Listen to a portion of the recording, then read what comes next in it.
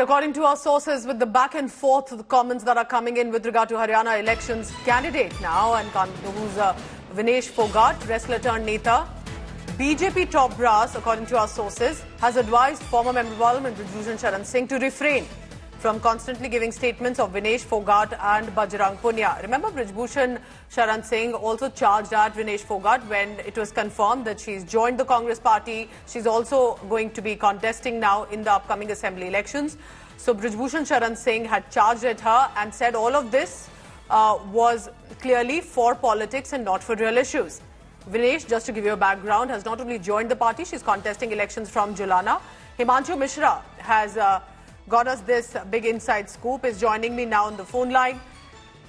हिमांशु, ये काफी इंटरेस्टिंग है जो आप कह रहे हैं, क्योंकि बृजभूषण शरण सिंह वैसे ही ज्यादा नहीं बोल रहे थे, लेकिन पिछले कुछ दिनों में जब से ये कंफर्म हुआ उन्होंने काफी कमेंट्स दिए. तो क्यों आपको माना, आपके हिसाब से ये माना जा रहा है कि भारतीय जनता पार्टी उनको कह रही है कमेंट्स मत दीजिए?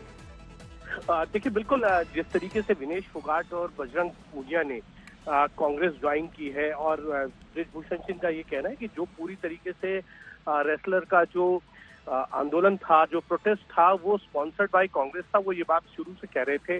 और अब ये तय हो गया, इस बात से साबित भी हो गया है कि दोनों ही रेसलर्स ने जो है वो कांग्रेस ज्वाइन कर लिया और विनेश फोगाट जो है वो कांग्रेस के टिकट पर हरियाणा का विधानसभा चुनाव लड़ रहे हैं. तो उन्होंने इस तरीके के बयान दिए, जो वो बात कह रहे थे वो उससे साबित भी हो गई, क्योंकि विनेश और बजरंग पूनिया ने कांग्रेस में शामिल हुए और विनेश जो है वहां से चुनाव भी लड़ रही है.